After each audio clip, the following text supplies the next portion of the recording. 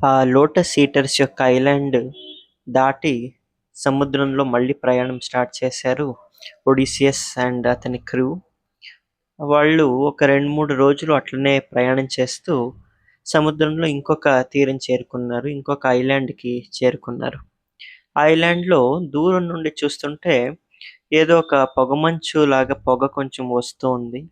కాబట్టి వాళ్ళేమనుకున్నారు, ఇక్కడ ఎవరో నివసిస్తూ ఉండవచ్చును. కాబట్టి మనకిక్కడ ఆతిథ్యం దొరుకుతుంది.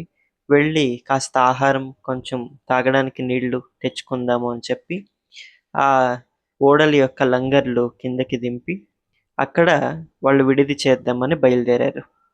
ఆ రోజు వాళ్ళక్కడ ల్యాండ్ అయినప్పుడు అప్పుడింకా ఎర్లీ మార్నింగ్. కాబట్టి ఒడిసియస్ ఇంకా నిద్రపోతా ఉండే అతని అనుచరులనందరినీ నిద్ర లేపాడు. లేపి అన్నాడు, ఎదురుగా ఉన్న తీరంలో ఏముందో తెలుసుకోవాలని నాకు బాగా కోరికగా ఉంది.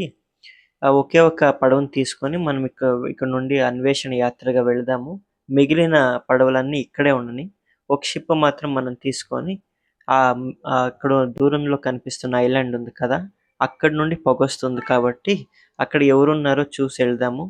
మనం కాస్త సెక్యూరిటీకి మనలో బాగా ఏమంటారు దృఢమైన సైనికులు ఎవరున్నారు వాళ్ళు మాత్రం రండి అని చెప్పి సమ్ బెస్ట్ మెన్‌ని పికప్ చేసుకున్నాడు. పికప్ చేసుకొని ఇతని దగ్గర ఏమన్నా గిఫ్ట్ తీసుకెళ్ళాలి కదా! ఎందుకంటే ఒక గెస్ట్ ఇంటికి వెళ్తున్నప్పుడు అతనికి ఏమైనా ఇచ్చుకోవాలి కాబట్టి ఏమనుకున్నారు, ఇతని దగ్గర ఆ వైన్ ఏదైతే ఉంది, ఇంతకుముందు ఇస్మారస్ అనే ఒక ఐలాండ్‌లో మేరన్ అనే ఒక పూజారి ఇచ్చిన ఒక వైన్. అది ఒక్క డ్రాప్ ఏస్తే 20-30 బకెట్స్ వాటర్ ఎయాలి. అప్పుడే అది న్యూట్రల్ అవుతుంది అని చెప్పాడు కదా! సో, ఆ వైన్‌ని ఒక తోలు తిత్తిలోకి వాళ్ళు వేసుకున్నారు. వేసుకొని పదండి పోదాం అని చెప్పి షిప్‌తో బయలుదేరి ఆ సైక్లోప్ ఐలాండ్‌కి చేరుకున్నారు. సో, అలా బయలుదేరిన వాళ్ళు ఆ ఐలాండ్‌కి చేరుకున్నారు. చేరుకొని చూస్తే అది ఒక విశాలమైన మైదానం కనిపించింది. ఇక్కడ ఒడిసియస్‌తో పాటు 12 మంది యోధులు ఇంకా ఉన్నారు. సో, వీళ్ళందరూ ఎక్స్‌ప్లోర్ చేద్దాం ఈ ఐలాండ్‌ని అని చెప్పి ఆ మైదానం అంతా ఎక్స్‌ప్లోర్ చేస్తూ వెళ్తుంటే, అక్కడ మైదానం చివర్లో ఒక చాలా పెద్ద గుహ కనిపించింది. ఆ గుహ యొక్క ద్వారం కూడా చాలా విశాలంగా ఉంది. చూస్తే గుహ అంతా ఏమంటారు చాలా నీట్‌గా కాస్త ఎవరో మెయింటైన్ చేస్తున్నట్టు కనిపించింది. కాబట్టి మనం అక్కడికి వెళదాము. బహుశా అక్కడ ఎవరైనా మనతో రిసీవ్ చేసుకోవడానికి ఉంటారేమో చూద్దాము అని చెప్పి, వాళ్ళకి కాస్త జాగ్రత్త వహించుకొనే చేతిలో కత్తులు అవన్నీ పట్టుకొని 12 మంది ఆ గుహ దగ్గరికి వెళ్లారు. వెళ్ళి ఆ గుహ ద్వారం నుండి లోపలికి చూస్తే అదో పెద్ద ప్రపంచంలానే కనిపించింది. లోపల వాళ్ళకి అనేక చాలా దృఢమైన, చాలా విశాలమైన సైజు కలిగిన ఒక మేకపిల్లలు, గొర్రెపిల్లలు, గోవులు ఇలా రకరకాల ప్రాణులన్నీ కనిపించాయి. అవన్నీ కూడా అన్నీ జంబో సైజులో ఉన్నాయి. ఏవి చిన్నగా లేదు. అన్నీ పెద్ద పెద్దవి ఉన్నాయి. అంటే అంటే అంతా మాక్సిమైజ్డ్ సైజెస్‌లో ఉన్నాయి. ఆ తర్వాత వాళ్ళు లోపలికి ఎళ్లారు. వెళ్లి చూస్తే ఆ గుహ మొత్తం చాలా క్లీన్‌గా ఉంది. ఎవరో దీన్ని బాగా మెయింటైన్ చేస్తున్నట్టు ఉంది. ఇంకొంచెం లోపలికెళ్లారు. ఈ ఫార్మ్స్ అన్నీ కనిపిచ్చాయి.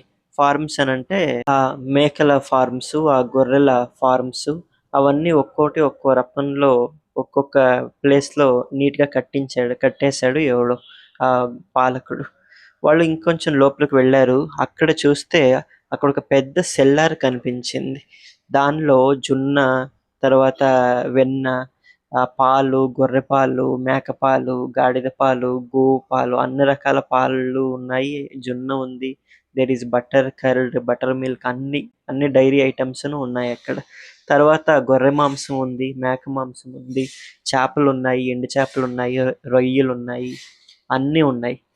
వాళ్ళు ఇన్ని రోజులు వాళ్ళు ప్రయాణం చేసుకొనొచ్చిన దానికి ఒక గొప్ప ఫుడ్ మనకు దొరికింది అని చెప్పి ఒడిసియస్ కాస్త నిగ్రహంతోనే ఉన్నాడు కానీ, ఆ మిగిలిన యోధులైతే మన కోసమే ఇవన్నీ చేసినట్టు ఉన్నాయి. కాబట్టి చాలా ఆకలితో ఉన్నాము ఒడిసియస్.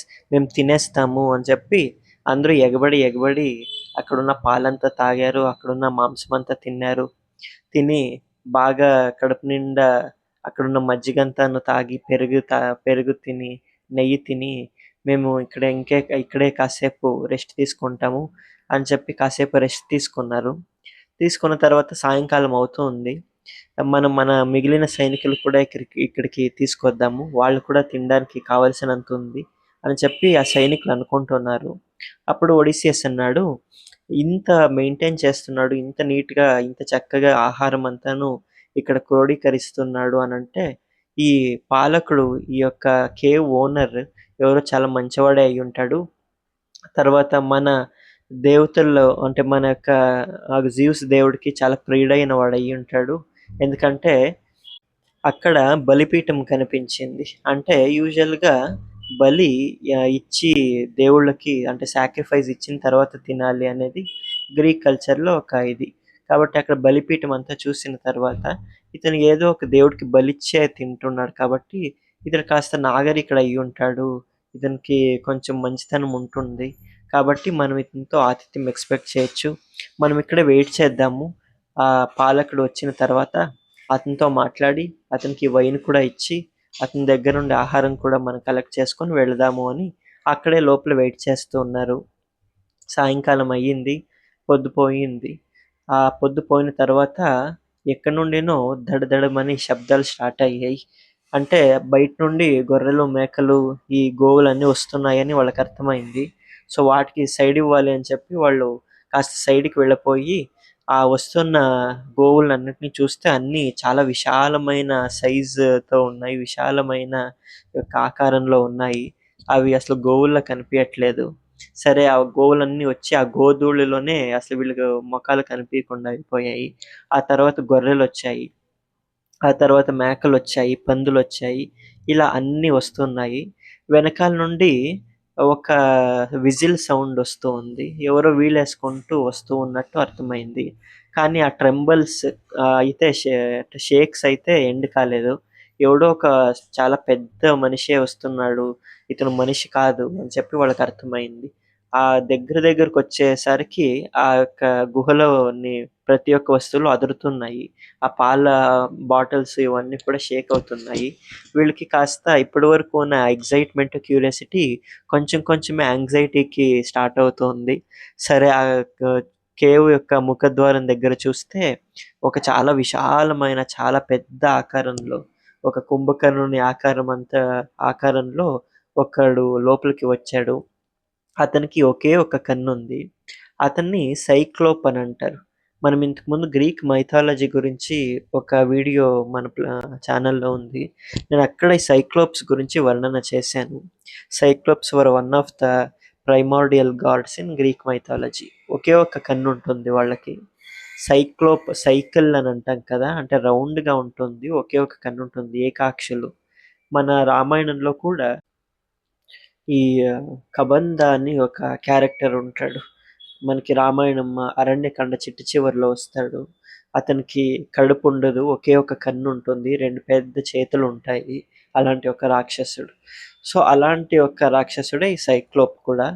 బట్ ఇతని యొక్క సైజ్ చూస్తుంటే చాలా ఆకాశానికి ఎత్తునంత ఉన్నాడు. లోపలికి వచ్చాడు.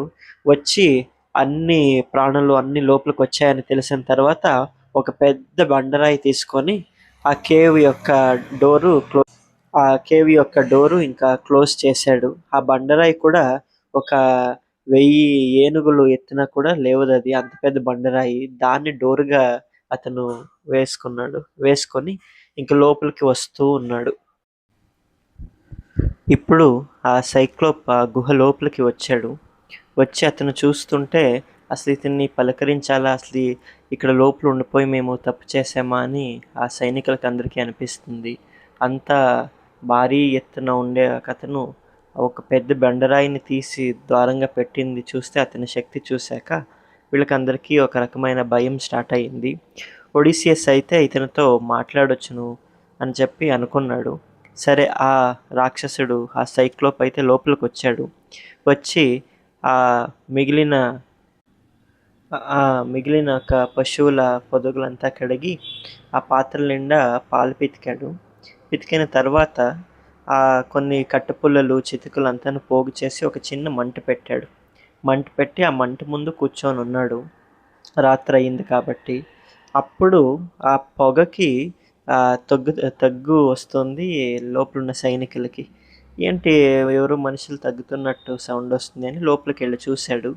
చూస్తే ఈ గ్రీక్ సైనికులు వీళ్ళందరూ కనిపించారు. ఇదేమిటి? ఎవరు మీరు? ఎక్కడి నుండి ఇక్కడికి వచ్చారు? అని చెప్పి వాళ్ళ వైపు తీక్షణంగా చూస్తూ అడిగాడు. వాళ్ళు ఎవరు మాట్లాడట్లేదు. మీరేమన్నా సముద్రపు దొంగలా? అని చెప్పి అడిగాడు. అప్పుడు సరే అని చెప్పి ఒడిసియస్ ముందుకొచ్చాడు. ముందుకొచ్చి చెప్పాడు, లేదు మేము సముద్రపు దొంగలం కాదు, మేము గ్రీక్ నావికులం. తుఫానులో చిక్కుకొని దారి తప్పి ఈ ద్వీపం దగ్గరికి చేరుకున్నాము. దారి తప్పి వచ్చిన మాకు అతిథి సత్కారాలు చేసి గౌరవిస్తే నిన్ను జీవ్స్ దేవుడు సంతోషిస్తాడు. కాబట్టి దయచేసి మాకు అతిథి సత్కారం చేసి వదిలేయి అని ఒడిసియస్ అంటాడు. అది విన్న వెంటనే అతనికి ఎక్కడ లేని కోపం వస్తుంది ఆ సైక్లోప్కి. పోరా పక్షి నువ్వు, జివ్స్ని సంతోష పెట్టమని సలహా ఇవ్వడానికి నువ్వెవడు? నేనెవరో తెలుసా? జివ్స్ దేవుడి యొక్క సుపుత్రుడైన సముద్రరాజు పొసైడన్ కొడుకని. పొసైడన్ కొడుకు పాలిఫేమస్ నా పేరు. నేను సాక్షాత్ జివ్స్కి మనవడవుతాను అని చెప్పి అంటాడు.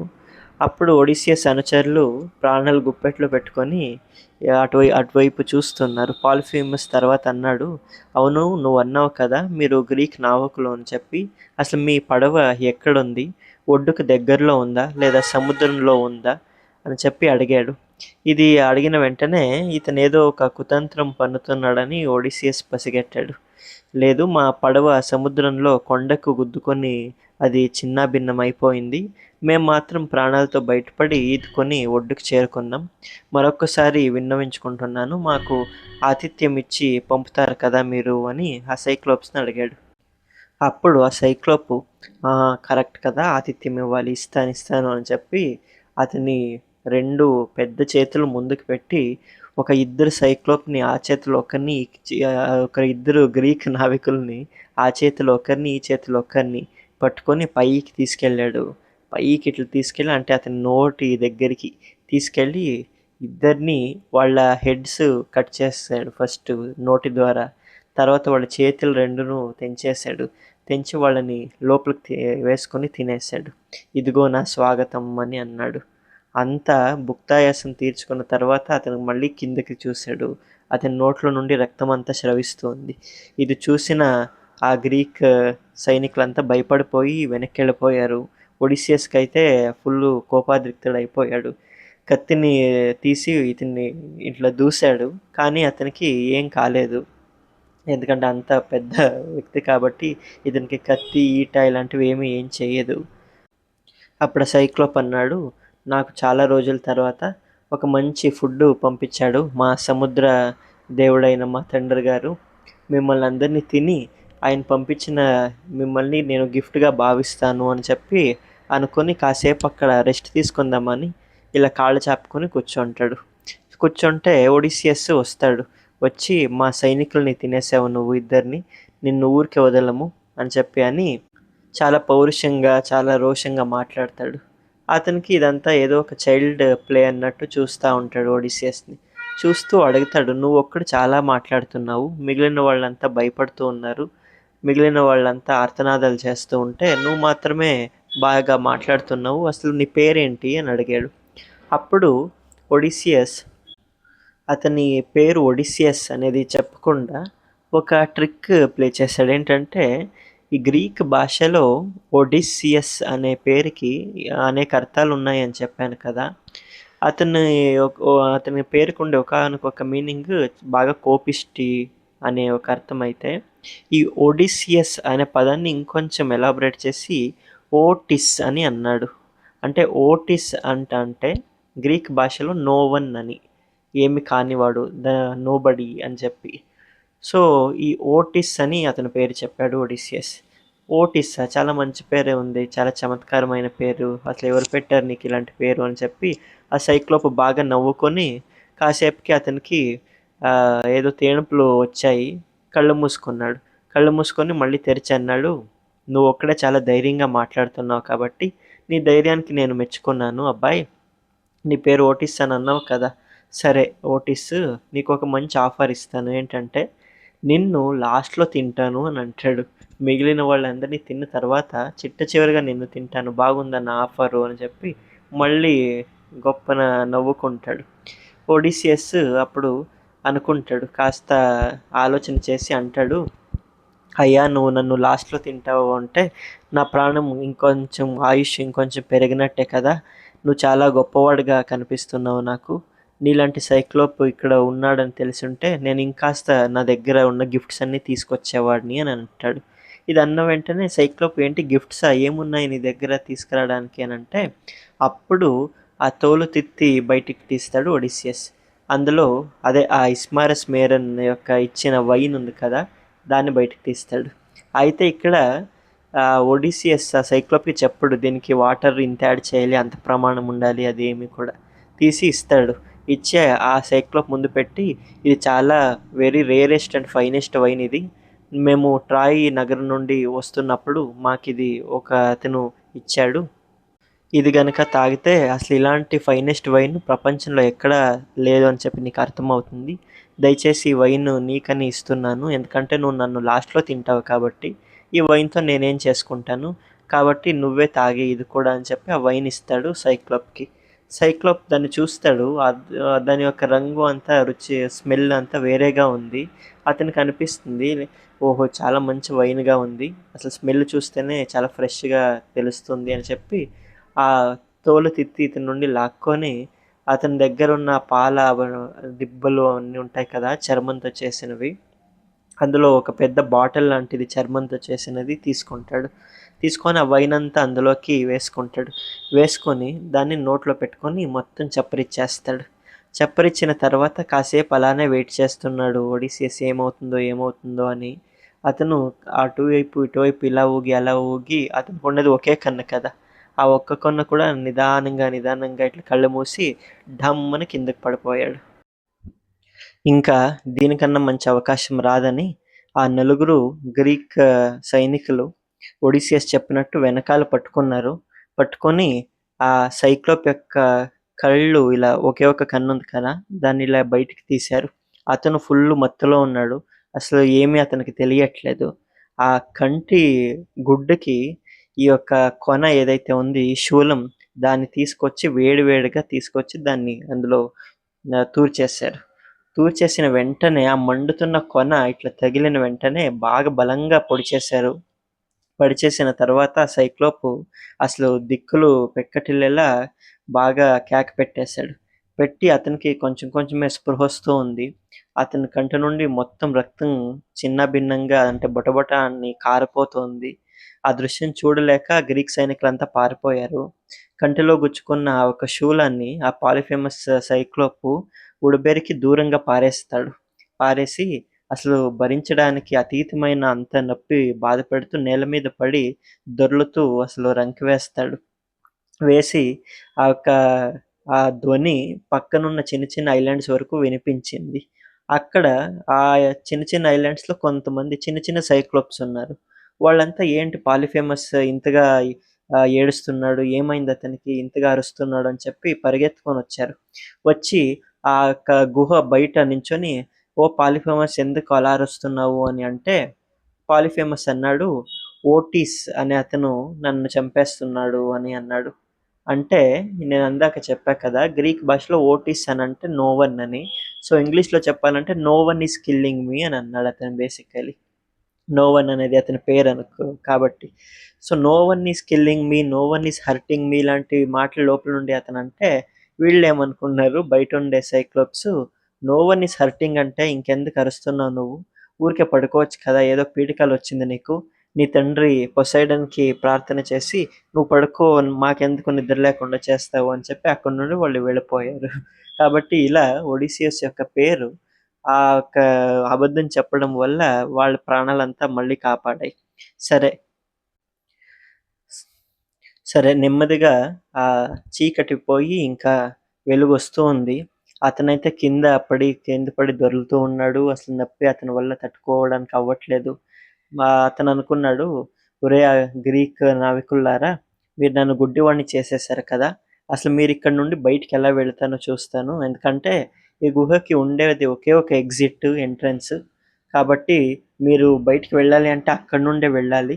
ఎలా వెళ్తారో చూస్తాను అని ఆ సైక్లోప్ వెళ్ళి ఆ కేవ్ యొక్క బండశిల ఉంది కదా! దాన్ని బయటికి తీశాడు. తీసి అది తీసిన వెంటనే లోపలున్న గొర్రెలు, ఆ యొక్క గోవులు అన్నీ బయటికెళ్ళిపోతున్నాయి. ఒక్కొక్క గోవుని, ఒక్కొక్క గొర్రెని ఇట్లా పట్టుకొని దాని పైన ఇట్లా తడిమి చూస్తూ ఉన్నాడతను. కళ్ళు కనిపియవు కాబట్టి పైనేమన్నా దాక్కున్నారా ఈ గ్రీకులు అని చెప్పి. ఒక్కొక్క దాన్ని అట్లా ఇన్స్‌పెక్ట్ చేస్తూ బయటకొదులుతున్నాడు. వదులుతూ ఉంటే లోపలున్న వాళ్ళకి కాస్త అవకాశమేమో కనిపించింది. అంటే బయట ప్రపంచం కనిపిస్తా ఉంది. వెలుగంతా వస్తా ఉంది.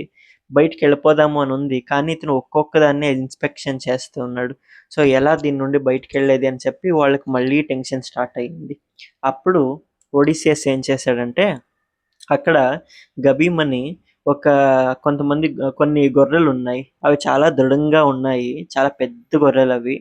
సో, అక్కడ అతను ఆ చెట్ల నుండి వేలాడుతూ ఉన్న ఒక రెమ్మని తీసి, అందులో నుండి 3 గొర్రెలను దగ్గరగా తీసుకొని, గుంపుగా చేర్చి, వాటిని ఆ ఒక రెమ్మతో ఒక జట్టులా కట్టాడు.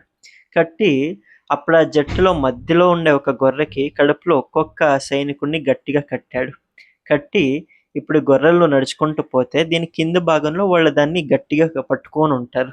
సో, అలా బయటికెళ్ళొచ్చును అని చెప్పి సైనికులకందరికీను ఆ రోప్స్ కట్టేసి కింద వాళ్ళు స్టిక్ ఆన్ అయ్యేతట్టు గట్టిగా పట్టుకోమని చెప్పి చెప్పాడు. తను ఒడిసియస్ కూడా ఒక గొర్రెని ఎంచుకున్నాడు. ఎంచుకొని ఆ గొర్రె యొక్క కింది భాగం నుండి దాన్ని గట్టిగా ఇట్లా ఒరిసి పట్టుకున్నాడు. పట్టుకొని ఆ గొర్రెలు ముందుకెళుతూ ఉన్నాయి. ఆ సైక్లోప్ దగ్గరికి వీళ్ళు వెళుతూ ఉన్నారు. వాడైతే ప్రతి ఒక్క దాన్ని చెక్ చేసి పంపిస్తున్నాడు. ఈ ఈళ్ళు కిందన ఈ గొర్రెల్ని గట్టిగా పట్టుకోవడం వల్ల, ఆ గొర్రెలకి కాస్త బరువెక్కువయింది. కాబట్టి నెమ్మదిగా మందంగా నడుస్తూ వస్తూ ఉన్నాయి. సరే అవి నెమ్మదిగా నడుస్తూ ఆ సైక్లోప్ దగ్గరకొచ్చి ఆగాయి. వచ్చి ఆగగానే కింద ఉన్న ఈళ్ళకి భయం స్టార్ట్ అయింది. ఎక్కడ దొరికిపోతామో అని.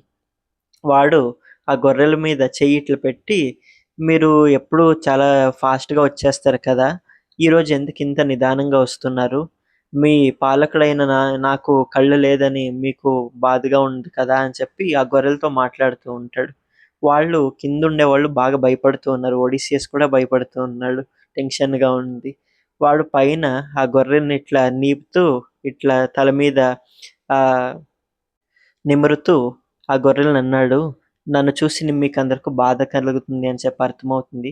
సరే బయటికెళ్ళి బాగా మేయండి" అని చెప్పి మెల్లగా ఆ గొర్రెల్ని బయటికి పంపించేశాడు.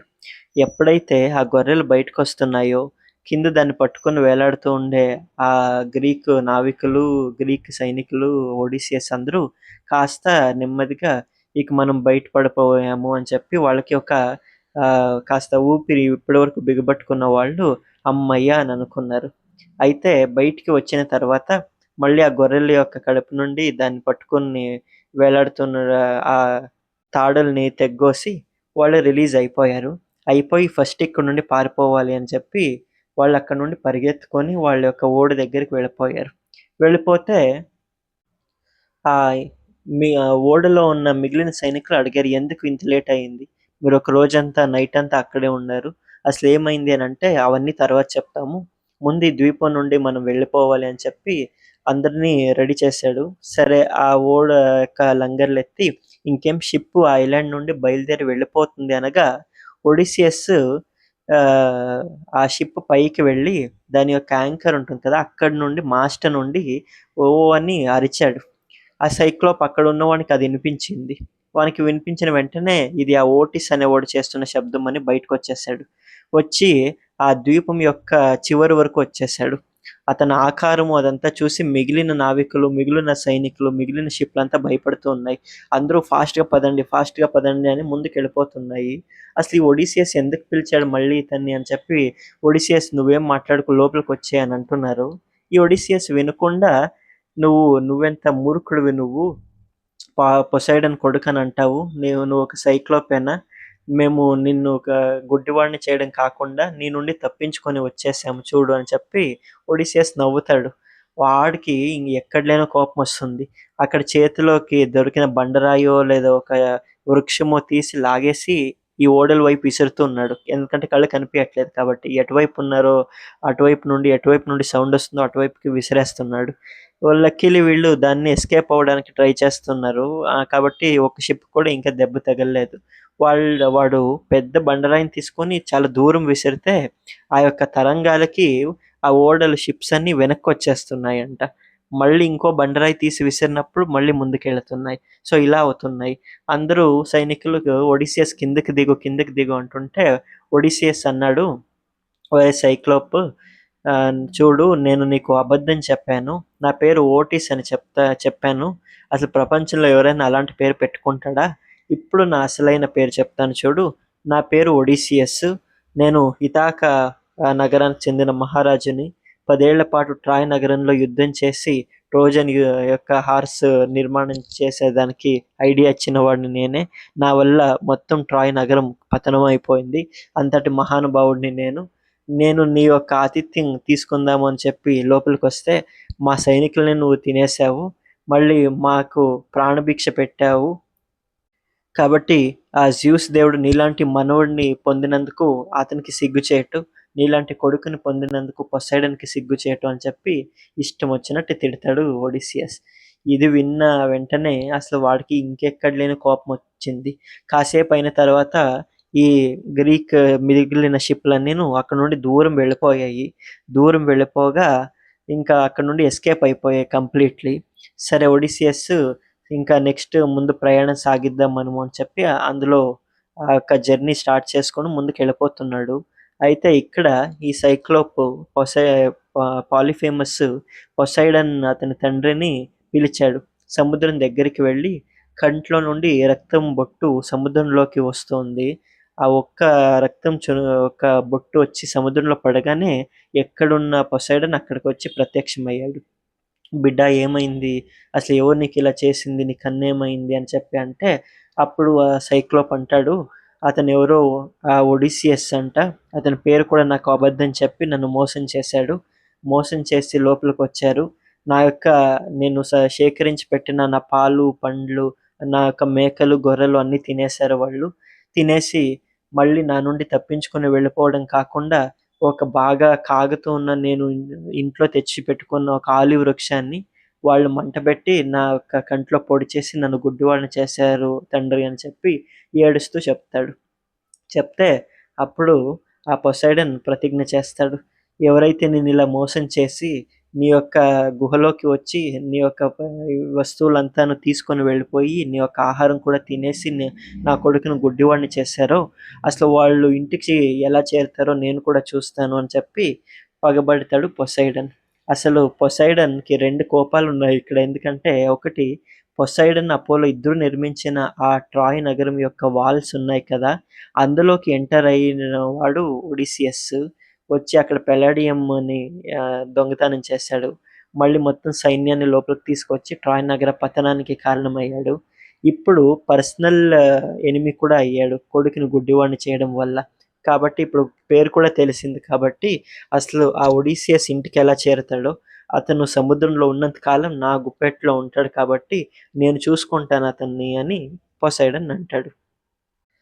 ఇక్కడ మనకి ఒక అనుమానం వస్తుంది. ఏంటంటే, ఇంతటి తెలివిగల అయిన, ఇంతటి జీనియస్ అయిన ఒడిసియస్ అసలు వెళ్తూ ఎందుకు వాని యొక్క అనానిమిటీ అంతా రివీల్ చేయడం? ఊరికే వెళ్ళిపోవచ్చును కదా! ఎస్కేప్ అయిపోయి వెళ్ళిపోవచ్చును కదా! ప్రాణాలు దక్కాయి కాబట్టి అనంటే, ఇక్కడ ఇది చాలా కష్టం ఇలాంటి సన్నివేశంలో జస్టిఫికేషన్ చేయడం. ఒకటి అతని సైనికుల్ని కోల్పోయాడు కాబట్టి అతనికి ఆ ఒక్క కోపం, ఆవేశం ఉంటుంది. కాబట్టి ఆ ఒక్క వేవ్‌లో, ఆ ఒక్క ఫ్లోలో అనుంటాడు ఒకటి. ఇంకొకటేంటంటే, అంతటి ఒక సైక్లోప్ నుండి తప్పించుకొనొచ్చాం కాబట్టి, అతనికి తెలియజేయాలి అనేది ఒకటవుతుంది. మనకి సాధారణంగా మహాకావ్యాల్లో ఒక్కొక్కసారి మన మెయిన్ క్యారెక్టర్ అంత ఇంటెలిజెన్స్, అంత విజన్ అన్నీ ఉన్న మెయిన్ క్యారెక్టర్సే ఒక్కోసారి అసలు చాలా విచిత్రంగా ఔట్ ఆఫ్ సింక్ బిహేవ్ చేస్తూ ఉంటారు. అన్నీ తెలిసినప్పటికీ. ఉదాహరణకు చెప్పాలి అనంటే, మహాభారతంలో విరాట పర్వంలో ఆ కీచక సంహారం జరిగిన తర్వాత అప్పటి వరకు ఉన్న ఒక కష్టం వెళ్ళిపోయింది. అప్పటి వరకు ఉన్న ఒక నరకం వెళ్ళిపోయింది అని ద్రౌపది సంతోషించి పని చేసుకోకుండా ఆ ఉపకీచకులకి సన్నాహంలాగా నా పతులు వచ్చారు గంధర్వులు. వాళ్ళొచ్చి ఈ కీచకుడిని చంపేశారు అని చెప్పి గట్టిగా చెప్తుంది అందరికీను. దానివల్ల ఆ కీచకుని తమ్ముళ్ళైన ఉపకీచకులు మళ్ళీ ద్రౌపదిని తీసుకెళ్ళి ఒక శ్మశానంలో కట్టేస్తారు. సో, ద్రౌపది ఎందుకిలా అక్కడ చేసింది అనంటే like there is no explanation. అది మానవ స్వభావం అని అనుకోవాలేమో. రామాయణంలో కూడా రాముడు మాయా జింక వెనకాల వెళుతున్నప్పుడు లక్ష్మణుడు అంటాడు, "ఆ జింక చూస్తే అది జింకలాగా, లేడిలాగా అనిపించట్లేదు. అదేదో ఒక రాక్షసుడిలానే ఉంది. ఒక రాక్షసుడికి ఉండాల్సిన లక్షణాలన్నీ ఆ జంతువులో కనిపిస్తున్నాయి" అని చెప్పినా కూడా రాముడు లేదు దాన్ని తీసుకొస్తాను అని చెప్పి వెళ్తాడు. సో, ఇలాంటి సన్నివేశాలు చూసినప్పుడు మనం ఈ క్యారెక్టర్ ఈ యొక్క వ్యక్తి ఇలాంటి డెసిషన్స్ ఎందుకు తీసుకున్నాడు అని ఖచ్చితంగా చెప్పలేం. బట్ ఏంటంటే మనం మానవ యొక్క సహజం ఏంటి అంటే ఎంతటి తెలివైన వాడు కూడా ఒక్కోసారి దారి తప్పుతాడు. ఎంతటి తెలివిగల వాడు కూడా ఒక్కోసారి ఆ యొక్క మైండ్ అనేది కాస్త ఇంకొక బాక్స్‌లో పెట్టేస్తాడు. అలాంటి సిట్యుయేషనే ఇక్కడ ఒడిసియస్‌కి జరిగింది. సో, ఇప్పుడు యాక్షన్ జరిగింది. దీని యొక్క కాన్సిక్వెన్సెస్ తర్వాత తర్వాత అతను అనుభవిస్తాడు. సో, ఈ సముద్రయానంలో నెక్స్ట్ జరిగే అడ్వెంచర్స్ ఏంటి అనేది తర్వాత చూద్దాం.